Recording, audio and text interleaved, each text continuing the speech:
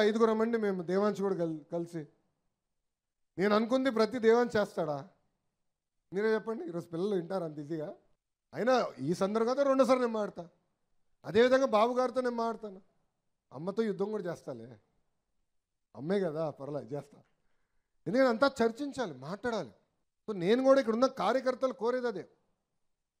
ఏదో అయిపోయిందని మనం అధైర్యపడతాం కాదు, ఏదో అయిపోయిందని ఇంట్లో పడుకుంటాం కాదు. నమ్ముకున్న దానికోసం మాట్లాడాలి, చర్చించాలి.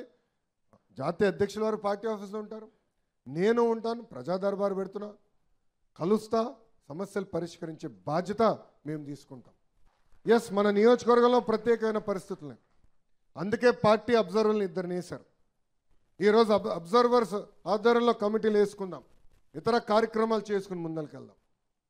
మీరు ఎవరికి సందేహాలు అవసరంలా, ఎవరికి డౌట్ అవసరంలా. ప్రతి విషయం గౌరవ ముఖ్యమంత్రి చంద్రబాబు నాయుడు గారికి తెలుసు. ప్రతి నెల ఆయన ప్రతి నియోజకవర్గం రివ్యూ చేస్తున్నారు. ప్రతి నెల ప్రతి మంత్రిని గౌరవ ముఖ్యమంత్రి గారు లంచ్ పెట్టి కలుస్తున్నారు, భోజనం పెట్టి కలుస్తున్నారు. నేను అనగాని సత్యప్రసాద్ గారిని కలిసినప్పుడు ఆయన కిందున్న నియోజకవర్గాల వారిగా చదివి వినిపించారు.